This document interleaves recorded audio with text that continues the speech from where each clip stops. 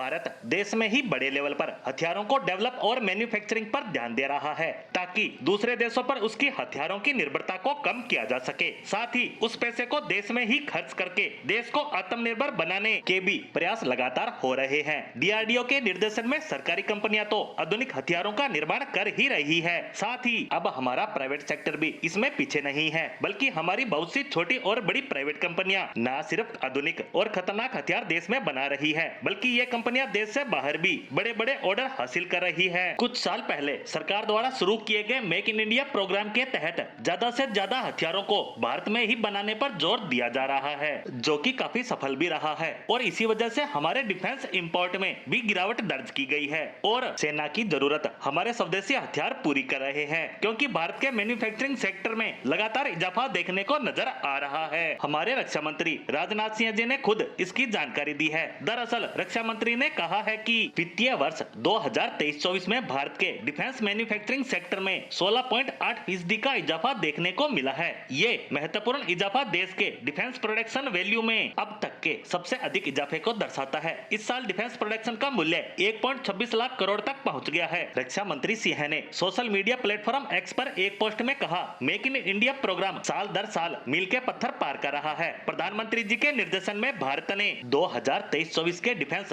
Production के मूल्य में अब तक की सबसे बड़ी वृद्धि दर्ज की है। 2023-24 में प्रोडक्शन का मूल्य 1,26,887 करोड़ तक पहुंच गया है, जो पिछले वित्तीय वर्ष के प्रोडक्शन से 16.8% ज्यादा है। ये दिखाता है कि भारत ज्यादा से ज्यादा हथियारों का प्रोडक्शन कर रहा है। रक्षा मंत्री जी ने इसके लिए सार्वजनिक क्षेत्र के उपक्रमों PSU और प्राइवेट सेक्टर को बधाई दी। उन्होंने कहा, DPSU रक्षा सामग्री बनाने वाले अन्य PSU और प्राइवेट सेक्टर सहित हमारी डिफेंस इंडस्ट्री को बहुत बहुत बधाई। सरकार भारत को अग्रणी ग्लोबल डिफेंस मैन्युफैक्चरिंग हब के रूप में विकसित करने के लिए ज्यादा अनुकूल व्यवस्था बनाने के लिए पूरी तरह से प्रतिबद्ध है। दरअसल केंद्र सरकार ने वित्तीय वर्ष 2024-25 तक 35,000 करोड़ रुपए के डिफेंस एक्सपोर्ट सहित 1,75,000 करोड़ रुपए की स्वदेशी डिफेंस मैन्युफैक्चरिंग हासिल करने का टारगेट रखा है। यहाँ गौर करने वाली बात तो यह है कि कई ग्लोबल कंपनियां भारत के साथ डिफेंस और एरोस्पेस जानकारियों को साझा करने और उनके साथ मिलकर काम करने में दिलचस्पी दिखा रही है। साथ ही ईज ऑफ डूइंग बिजनेस करने के लिए कई सुधार भी किए गए हैं। देश ने पिछले वित्तीय वर्ष में 21,000 करोड़ के डिफेंस एक्सपोर्ट भी किए हैं, जो कि पहले के मुकाबले 32.5% ज्यादा है। यानी डिफेंस के हर एक क्षेत्र में हमें ग्रोथ देखने को नजर आ रही है, चाहे वह हथियार मैन्युफैक्चरिंग का क्षेत्र हो या हथियार एक्सपोर्ट का। हमारे आंकड़ों में जबरदस्त इजाफा हो रहा है और हम उम्मीद करते हैं कि यह बढ़ोतरी भविष्य में ऐसे ही जारी रहेगी। इसी के साथ डिफेंस मैन्युफैक्चरिंग और एक्सपोर्ट से जुड़ी हमारी आज की पोस्ट को यहीं विराम देते हैं।